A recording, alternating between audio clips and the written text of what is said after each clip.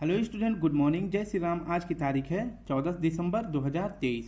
आज के current affair question और ललन टॉप प्रश्नों में आप सभी का स्वागत है। आप सभी से रिक्वेस्ट है कि प्लीज़ वीडियो को लाइक शेयर कमेंट जरूर करें। अगर आप सभी को इसका पीडीएफ चाहिए तो इस वीडियो के कमेंट बॉक्स के नीचे मैं अपना टेलीग्राम लिंक दे दूंगा, आप वहाँ से इसका पीडीएफ डाउनलोड कर लेना। ठीक है, तो चलिए शुरू करते हैं बिना टाइम वेस्ट किए हुए आज के अपने पहले करंट अफेयर प्रश्न को। पहला करंट अफेयर प्रश्न है, हाल ही में WTA player of the year पुरस्कार 2023 किसने जीता है? तो आपका सही जवाब हो जाएगा, यह पुरस्कार जीता है ईगा स्वेटक ने। आपका सही जवाब हो जाता है ऑप्शन सी। इसकी व्याख्या देखते हैं। WTA player of the year पुरस्कार, यह एक टेनिस का पुरस्कार है। इसे ईगा स्वेटक ने जीता है और ये कहाँ के प्लेयर हैं? तो यह पोलैंड की खिलाड़ी हैं। इन्होंने फ्रेंच ओपन 2023 का खिताब जीत लिया है और इसके बाद जो है यह वर्ल्ड की पहली खिलाड़ी बन गई हैं। और यह पुरस्कार पाने वाली WTA player of the year का पुरस्कार पाने वाली ये सेकंड महिला खिलाड़ी बनी है। अगर पूछा जाए तो ये सेकंड है, तो पहली कौन है? तो पहली आपकी हो जाती हैं, पहली खिलाड़ी थी जिन्होंने WTA player of the year का खिताब जीता था, तो उनका नाम था सेरेना विलियम्स और इन्होंने लगातार 4 बार यह खिताब जीता है। 2012 से लेकर 2015 तक इन्होंने यह player WTA player of the year का खिताब जीत लिया है। ठीक है, तो इस बार किसने जीता है 2023 का? तो इस बार जीती है ईगा स्वेटक ने। नेक्स्ट देखते हैं, अभी जो है हाल ही में इन्फोसिस कंपनी की महिला ब्रांड एम्बेसडर किसे बनाया गया है? तो फीमेल वर्ग में बनाई गई हैं ईगा स्वेटक। नेक्स्ट है आपका नवांगतुक खिलाड़ी, यानी कि जो 2023 में पहली बार टेनिस खेलने वाली खिलाड़ी बनी है, उनका क्या नाम है? उनका नाम है मीरा एड्रीवा। ठीक है, मीरा एड्रीवा यह नई खिलाड़ी हैं जो टेनिस खेलती हैं। 2023 से इन्होंने अपने खेल की शुरुआत करी है और ये किस देश की हैं? तो यह रूस की हैं। नेक्स्ट है आपका वर्ष की सबसे बेहतर खिलाड़ी कौन है? तो वर्ष की सबसे बेहतर खिलाड़ी कौन है? तो ये है झेंग किन वेन और यह एक टेनिस प्लेयर है और ये किस देश की हैं? तो झेंग किन वेंग हो जाती हैं आपकी चाइना की। ठीक है, तो इनका भी नाम आप याद रखेंगे। नेक्स्ट है हमारा time person of the year का खिताब किसे दिया गया है? तो यह दिया गया है टेलर स्विफ्ट को, ये भी याद रखेंगे। नेक्स्ट है हमारा time athlete of the year यह का खिताब किसे मिला है? तो यह मेसी साहब को मिला है और इन्हें हाल ही में बैलन डी'ओर अवार्ड भी मिला है। नेक्स्ट प्रश्न है हमारा, विश्व के पहले चौथी पीढ़ी के गैस कूल्ड परमाणु रिएक्टर सीधा ओवन संयंत्र का अनावरण किसने किया है? तो आपका पहले सही जवाब हो जाएगा चीन ने। इसकी व्याख्या देख लेते हैं। इसकी व्याख्या है सीधा ओवन संयंत्र। सीधा ओवन संयंत्र या जो है चीन का उत्तरी सेडोंग प्रांत में इसका जो है अनावरण किया गया है और यह दुनिया का पहला 4th जनरेशन का गैस कूल्ड परमाणु रिएक्टर है। ठीक है, इसमें जो है बिजली उत्पादन किया जाएगा। यह जो है इस जो है 4th जनरेशन का जो गैस कूल्ड परमाणु रिएक्टर है, यह उच्च तापमान वाला रिएक्टर है। इसमें जो है ठंडा करने के लिए किस चीज़ का प्रयोग किया जाएगा? तो इसमें ठंडा करने के लिए, इस परमाणु रिएक्टर को ठंडा करने के लिए प्रयोग किया जाएगा हीलियम गैस द्वारा इसे ठंडा किया जाएगा। ठीक है, और यह जो 4th जनरेशन का परमाणु कूल्ड गैस रिएक्टर है, यह एक प्रदूषण रहित होगा। ठीक है, और नेक्स्ट देखते हैं कि जो है इसका सीधा ओवन संयंत्र जो परमाणु रिएक्टर है, इसका अनावरण कहाँ किया गया है? चीन में, और यह 4th जनरेशन का परमाणु रिएक्टर है। अब नेक्स्ट देखते हैं कि अपने भारत में कहाँ कहाँ पर, किस राज्य में परमाणु रिएक्टर है? तो कैगा परमाणु रिएक्टर कहाँ है? कर्नाटक में। नरौरा परमाणु रिएक्टर कहाँ है? उत्तर प्रदेश में। काकरापार कहाँ है? गुजरात में। और तारापुर कहाँ है? तो यह महाराष्ट्र में है। और कुडनकुलम व कल्पक्कम ये दोनों कहाँ है? तो ये दोनों परमाणु रिएक्टर हैं तमिलनाडु में। नेक्स्ट थर्ड प्रश्न है हमारा, हाल ही में 2 नई परमाणु संचालित पनडुब्बियां क्रास्नोयार्स्क और सम्राट अलेक्जेंडर III का अनावरण किसने किया है? तो 2 नई परमाणु संचालित पनडुब्बी क्रास्नोयार्स्क और सम्राट अशोक III का अनावरण किस देश ने किया है? तो आपका सही जवाब हो जाएगा ऑप्शन बी, रूस ने। अब इसकी व्याख्या देखते हैं कि परमाणु संचालित पनडुब्बी, ठीक है, परमाणु संचालित पनडुब्बी कौन कौन सी है? तो यह रूस की 2 परमाणु संचालित पनडुब्बी है जिसका नाम है, एक का नाम है क्रास्नोयार्स्क और इसके बाद दूसरा हो जाता है आपका सम्राट अलेक्जेंडर III। यह कहाँ की पनडुब्बी है? तो यह रूस की पनडुब्बी है और इसे कहाँ पर तैनात किया जाएगा? तो इसे प्रशांत महासागर में तैनात किया जाएगा। अब पनडुब्बी इसे क्या कहते हैं, इसे सबमरीन भी कहते हैं। ये पनडुब्बी जो है 2 ईंधनों के माध्यम से प्रयोग की जाती है, चलाई जाती है। एक तो आपका हो जाता है डीजल से और दूसरा आपका परमाणु ऊर्जा के माध्यम से इसे चलाया जाता है। तो इन दोनों में डिफरेंस क्या है, अंतर क्या है इन दोनों में। जो परमाणु पनडुब्बी होती है वह जो है लंबे समय तक पानी के अंदर रह सकती है, ठीक है। जो लंबे समय तक पानी के अंदर रह सकती है उसमें जो है किस ईंधन का प्रयोग किया जाता है, तो उस पनडुब्बी में परमाणु ईंधन का प्रयोग किया जाता है, ताकि यह जो है लंबे समय तक पानी के अंदर रह सके, इसे बार बार ऊपर नहीं आना पड़ता है। लेकिन जब वही डीजल का प्रयोग करके पनडुब्बी बनाई जाती है तो उसे बार बार ऊपर सांस लेने के लिए ऊपर आना पड़ता है, ठीक है। तो इसकी दोनों में डिफरेंस यही है कि यह जो है डीजल वाली बार बार ऊपर आती है, जबकि जो परमाणु वाली होती है ये लंबे समय तक पानी के अंदर ही रहती है।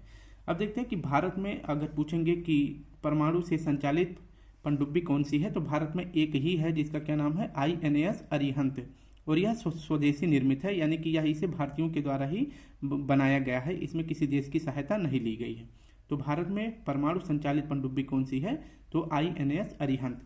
जबकि डीजल से संचालित कौन कौन सी है, तो आपको पता है कि 6 प्रकार की पनडुब्बियां बनाई गई थी, जिसका INS करंज हो जाएगा, INS बेला, INS Vagir, INS Kalvari, INS Vagsheer और INS खांडेरी। ये सभी जो है किससे संचालित है, तो डीजल से संचालित है। रूस के बारे में देखते हैं कि उसकी क्रांति कब शुरू हुई थी। तो रूस की क्रांति को एक और नाम से जाना जाता है, जिसे क्या कहते हैं, बोल्शेविक क्रांति भी कहते हैं। और रूस की क्रांति कब हुई थी, तो 1917 में रूस की क्रांति घटित थी। और रूस की राजधानी का क्या नाम है, तो रूस की राजधानी का नाम है मॉस्को और रूस की मुद्रा है रूबल, ठीक है। तो ये महत्वपूर्ण पॉइंट हो जाता है रूस से। अब हम नेक्स्ट प्रश्न देखते हैं। नेक्स्ट प्रश्न है संयुक्त राष्ट्र जलवायु वार्ता 2024 यानी कि COP29 का आयोजन कहाँ होगा। तो COP29 का आयोजन कहाँ होगा, आपको पता है कि COP28 का आयोजन अभी हाल ही में कहाँ पर किया गया, UAE के दुबई शहर में। और इसके बाद COP29 का आयोजन कहाँ किया जाएगा, तो 2024 में COP का आयोजन किया जाएगा अजरबैजान में। इसकी व्याख्या देखते हैं। COP का मतलब होता है COP कॉन्फ्रेंस ऑफ पार्टीज। इसमें जो है किस देश के किस संगठन के सदस्य भाग लेते हैं, तो इसमें जो है UNFCCC के सदस्य देश इसमें भाग लेते हैं। UNFCCC की स्थापना कब हुई थी, तो UNFCCC की स्थापना हुई थी 1994 ईस्वी में। और इसका हेडक्वार्टर कहाँ है, तो इसका हेडक्वार्टर है बॉन, जर्मनी में। इसकी स्थापना के 1 साल बाद यानी कि 1995 में ही COP फर्स्ट का आयोजन किया गया। कहाँ पर, 1995 में, कहाँ पर, बर्लिन में, ठीक है। बर्लिन शहर कहाँ है, जर्मनी में। इसके बाद जो महत्वपूर्ण COP का आयोजन है उसको बता देते हैं। तो COP थर्ड का आयोजन कहाँ किया गया था, तो यह क्योटो में किया गया था, यानी कि जापान में। इसके बाद कब किया गया था, तो 1997 ईस्वी में। COP 8 का आयोजन कब किया गया था, तो 2002 में किया गया था। भारत के किस शहर में, तो न्यू दिल्ली में किया गया था, ठीक है। नेक्स्ट आपका COP 27 का आयोजन कहाँ किया गया था, तो इसका आयोजन किया गया था मिस्र में। और किस जगह पर, मिस्र के शहर शर्म अल शेख में, ठीक है। तो इसका आयोजन कहाँ किया गया, शर्म अल शेख में, एक स्थान है मिस्र का, यहाँ पर किया गया था। और कब किया गया था, 2022 में। नेक्स्ट है आपका COP 28। आपको पता है कि अभी हाल ही में COP 28 का आयोजन कहाँ किया गया, दुबई में। और इसके बाद किस शहर में, दुबई के, तो सॉरी UAE में किया गया। UAE के किस शहर में, तो दुबई में इसका आयोजन किया गया था। और हाल में कहाँ पर इसका आयोजन किया जाएगा, 2024 में, तो इसका आयोजन किया जाएगा अजरबैजान में। और अजरबैजान की राजधानी का क्या नाम है, बाकू, ये आप याद रखेंगे। अब देखते हैं कि नारगोन काराबाख क्षेत्र विवाद किस देश के बीच में है, तो यह जो है विवाद है अजरबैजान और आर्मेनिया के बीच में इसका विवाद है। तो नारगोन काराबाख क्षेत्र विवाद किसके बीच में है, अजरबैजान और आर्मेनिया के बीच में है। और अभी हाल ही में अजरबैजान में जो है विश्व शतरंज चैंपियनशिप का आयोजन किया गया था। और इसमें जो है गोल्ड किसने जीता था, तो कार्लसन ने जीता था। जबकि सिल्वर किसने जीता था, तो आर प्रज्ञानंद ने सिल्वर जीता था। अब देखते हैं अपना 5वां प्रश्न। संयुक्त राष्ट्र ड्रग्स और अपराध कार्यालय के अनुसार वर्ष 2023 में विश्व का शीर्ष अफीम उत्पादक कौन है, तो 2023 में सबसे ज़्यादा अफीम की उत्पादक किस देश ने करी है। किस रिपोर्ट के अनुसार यह साबित हुआ कि 2023 में सबसे ज़्यादा अफीम किसने करी है, तो संयुक्त राष्ट्र ड्रग्स रिपोर्ट के अनुसार। इसकी व्याख्या देखते हैं, तो कौन सही जवाब हो जाएगा। तो सबसे ज़्यादा अफीम उत्पादक देश कौन सा है 2023 में, तो म्यांमार है। अब देखते हैं कि अफीम को क्या कहते हैं, अफीम कहते हैं। और इसके बाद डोडा पोस्ट कहते हैं और ओपीनियम भी कहते हैं। तो अभी हाल ही में क्या हुआ कि यूएन ड्रग्स ऑफिस ने यह रिपोर्ट जारी करी है कि वर्ष 2023 में सर्वाधिक अफीम उत्पादक देश कौन सा है। तो पहले नंबर पर आया है म्यांमार और सेकंड नंबर पर अफगानिस्तान चला गया था। तो पहले कौन सा देश था, तो पहले अफगानिस्तान था और सेकंड नंबर पर म्यांमार था, लेकिन अब म्यांमार हो गया है और सेकंड नंबर पर अफगानिस्तान हो गया है। इसका रीजन क्या है, तो म्यांमार का जो आजीविका का मुख्य साधन है वह अफीम है। ठीक है, वहाँ के लोगों का जो मुख्य जीविका का साधन बन जाता है वह अफीम बन जाता है। जबकि अफगानिस्तान में भी मुख्य साधन था, लेकिन जब से अफगानिस्तान पर अधिकार तालिबान का हो गया है, इन्होंने अपने यहाँ पर अफीम का बैन कर दिया। ठीक है, और म्यांमार की राजधानी का क्या नाम है, नापीता। ठीक है, अफीम पी के और बोल रहे हैं कि नापीता। ठीक है, तो ऐसे याद कर सकते हैं। तो अब म्यांमार की राजधानी का नाम क्या हो जाएगा, नापीता। अब इसके बारे में और डिटेल लेते हैं। म्यांमार से कौन कौन से राज्य सीमा बनाते हैं भारत के, तो 4 राज्य म्यांमार से सीमा बनाते हैं। पहले नंबर पर हो जाता है आपका अरुणाचल प्रदेश, नागालैंड, मणिपुर और मिजोरम। ये 4 राज्य जो है म्यांमार से सीमा बनाते हैं। म्यांमार की राजधानी पहले क्या थी, तो पहले म्यांमार का नाम था बर्मा, और उस समय पर जब बर्मा नाम था तो उसकी राजधानी का क्या नाम था, रंगून। और म्यांमार में महत्वपूर्ण नदी कौन सी है, क्वेश्चन भी पूछा गया है। तो यह इरावदी नदी म्यांमार की प्रमुख नदी है। जैसे अपने भारत की प्रमुख नदी कौन सी है, तो है गंगा नदी, वैसे म्यांमार की प्रमुख नदी है इरावदी नदी। और म्यांमार में पर्वत कौन सा है, तो अरा क्योनियोमा पर्वत है जो भारत और म्यांमार के बीच सीमा बनाता है। गोल्डन पैगोडा भी कहते हैं म्यांमार को, जो है गोल्डन पैगोडा कंट्री भी म्यांमार को कहा जाता है। और भारत के द्वारा जो है ऑपरेशन करुणा कहाँ चला गया था, तो ये भी म्यांमार में चलाया गया था। अब 2 महत्वपूर्ण पॉइंट है कि भारत को जो है, मान लीजिए ये आपका भारत है, तो भारत के पूर्व में और पश्चिम में 2 अफीम कंट्री हैं, और इन अफीम कंट्री के देशों को क्या कहा जाता है, गोल्डन ट्रायंगल कहा जाता है। तो गोल्डन ट्रायंगल के नाम से कौन कौन से देश शामिल हैं इसमें, तो गोल्डन ट्रायंगल में शामिल देश हैं म्यांमार, लाओस और थाईलैंड। तो गोल्डन ट्रायंगल में म्यांमार, लाओस और थाईलैंड शामिल है, जो कि भारत के पूर्व में है, जबकि भारत के पश्चिम में गोल्डन क्रिसेंट है। तो गोल्डन क्रिसेंट में कौन कौन से देश आते हैं, ईरान, अफगानिस्तान और पाकिस्तान। तो ये भी पॉइंट आप याद रखेंगे, गोल्डन ट्रायंगल के अंतर्गत कौन कौन से देश आते हैं, और इसके बाद गोल्डन क्रिसेंट के अंतर्गत कौन कौन से देश आते हैं। आपका 6ठा प्रश्न है, हाल ही में Diwali power of one award से किसे सम्मानित किया गया है, तो आपका सही जवाब हो जाएगा बान की मून जी के बारे में अब देखते हैं। उससे पहले देखेंगे कि दिवाली पावर ऑफ वन जो है यह अवार्ड किसके द्वारा दिया जाता है, तो यह यूएसए के दिवाली फाउंडेशन द्वारा दिया जाता है। और इसे पहली बार कब शुरू किया गया था, तो इसे पहली बार शुरू किया गया था 2017 में। यह जो है पुरस्कार किस क्षेत्र में दिया जाता है, तो यह कूटनीति के क्षेत्र में दिया जाता है, इसलिए इसे जो है कूटनीति का ऑस्कर पुरस्कार भी कहते हैं। इस बार जो है 2023 में किसे दिया गया है, वान की मून जी को दिया गया है। जो वान की मून जी जो है यूएनओ के पूर्व महासचिव भी रह चुके हैं। वर्तमान में कौन है, तो वर्तमान में एंटोनियो गुटेरेस हैं, यूएनओ के महासचिव। अब देख लेते हैं कि यूएनओ से महत्वपूर्ण, तो यूएनओ की स्थापना कब हुई थी, तो यूएनओ की स्थापना हुई थी 24 अक्टूबर 1945 में। और इसका हेडक्वार्टर कहाँ है, तो इसका हेडक्वार्टर है न्यूयॉर्क में। और यूएनओ के पहले हेड कौन थे, तो त्रिवेली थे, जो कि कहाँ के थे, नॉर्वे के। ये आप याद रखेंगे। वर्ल्ड बैंक के हेड कौन है, तो वर्ल्ड बैंक के हेड कौन बनाए गए हैं, तो ये बनाए गए हैं अजय बंगा। और इसके बाद time person of the year का पुरस्कार किसे दिया गया था, तो मैंने आपको अभी बताया है, तो यह दिया गया था टेलर स्विफ्ट को।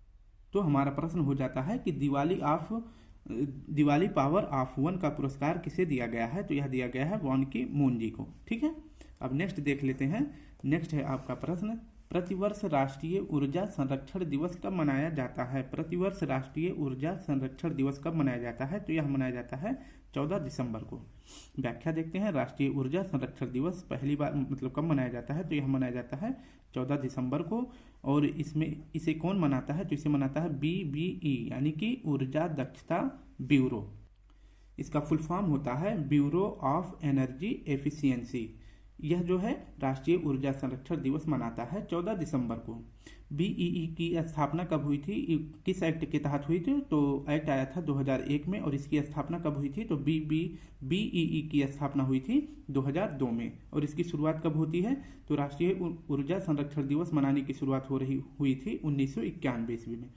और क्यों मनाया जाता है, तो यह मनाया जाता है ऊर्जा संरक्षण के लिए और ऊर्जा एफिशिएंसी के लिए। अब नेक्स्ट प्रश्न देखते हैं। प्रश्न है 8। हाल ही में पुरुष एथलीट ऑफ द ईयर पुरस्कार 2023 किसे मिला है? तो हाल ही में पुरुष एथलीट यानी धावक ऑफ द ईयर का पुरस्कार किसे दिया गया है? तो यह दिया गया है, आपका सही जवाब हो जाएगा ऑप्शन ए। ठीक है, नोआ लायस को। नोआ लायस को जो है 2023 में पुरुष एथलीट ऑफ द ईयर का पुरस्कार दिया गया है। इसके बारे में देखते हैं। Athlete of the year award 2023, athlete मतलब होता है धावक, तो यह जो है मेल में किसे मिला है और फीमेल में किसे मिला है, ये दोनों पॉइंट हम देखेंगे। तो मेल में मिला है नोआ लायस जी को। ठीक है, नोआ लायस को हम कैसे याद करेंगे? लायन से। तो लायंस मिस हो जाता है आपका शेर, तो ऐसे आप याद कर सकते हैं। और शेर कौन होता है? मेल होता है। ठीक है, नेक्स्ट है हमारा, और फीमेल में किसे मिला? तो फीमेल में मिला है केप किपेयगान को। फेप किपेयगान को मिला है। ध्यान से देखेंगे, नाम इनका उल्टा पुल्टा होता है। तो फेप किपेयगान को जो है मिला है, ये फीमेल है। और नोआ लायंस जो है ये कितने मीटर की दौड़ दौड़ते हैं? तो ये 100 मीटर से 200 मीटर की दौड़ दौड़ते हैं।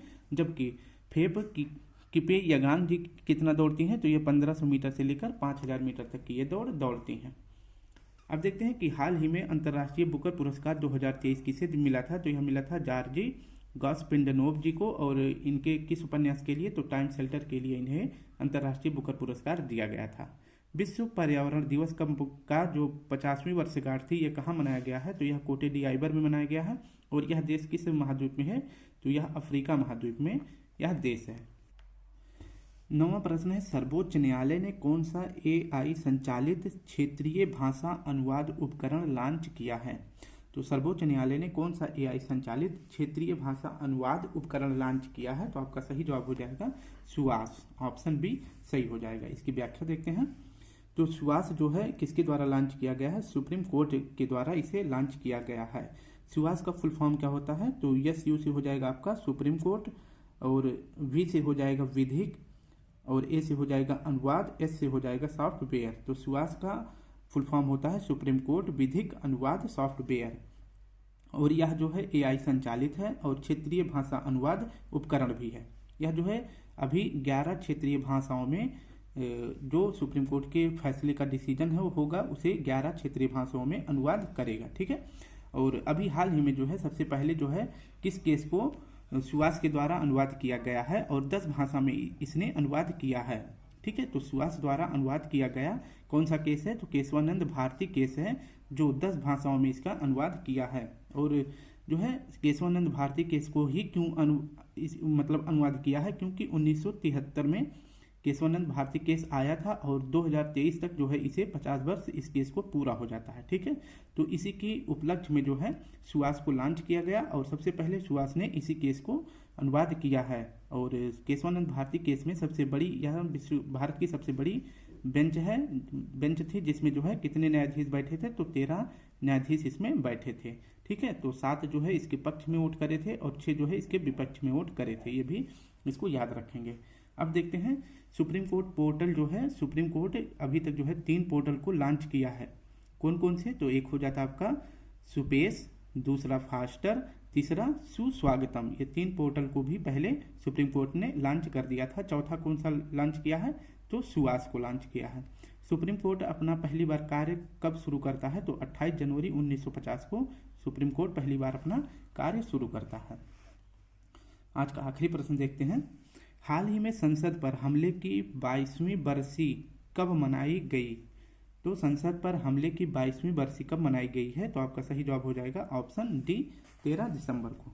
इसकी व्याख्या देखते हैं। और आपको पता है कि अभी कल भी जो है संसद पर आक्रमण तो कोई नहीं, अटैक तो कोई नहीं हुआ, लेकिन कुछ घटना घटी है, उसके बारे में भी आपको बता देंगे। तो पहले देखते हैं कि 22वीं बरसी कब मनाई गई है। 13 दिसंबर को, यानी कि 13 दिसंबर 2001 को संसद भवन, जो पुराना संसद भवन है, इस पर अटैक किया गया था। और इसमें जो है 5 आतंकी जो है अम्बेसडर कार लेकर संसद भवन में इंटर कर जाते हैं। ठीक है, और इसके बाद जो है इन 5 आतंकियों का जो है गुरु कौन था? तो अफजल था।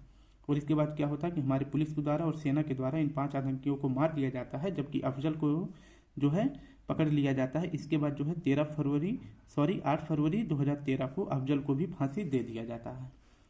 नेक्स्ट है आपका अभी जो है हाल ही में नए संसद भवन का उद्घाटन कब किया गया था, तो 28 मई 2023 को नए संसद भवन का उद्घाटन किया जाता है। और 28 मई को क्यों किया जाता है, क्योंकि वीर सावरकर जी का हैप्पी बर्थडे होता है, इसलिए 28 मई को ही नए संसद भवन का उद्घाटन किया जाता है। और इसके बाद नए संसद भवन में लोकसभा की सीट कितनी है, तो 888 है। लोकसभा में जो है राज्यसभा की सीट नए संसद भवन में जो है लोकसभा की 888 सीट है और राज्यसभा की 384 सीट है। इसके बाद देखते हैं कि जो पुराना संसद भवन था अब उसको क्या नाम रख दिया गया है, उसका नाम जो है संविधान सदन रख दिया गया है। तो पुराने संसद भवन का नाम क्या है, संविधान सदन है। इसके बाद नए संसद भवन में सबसे पहला बिल कौन सा पेश किया गया था, तो सबसे पहला बिल पेश किया गया था नारी शक्ति वंदन अधिनियम।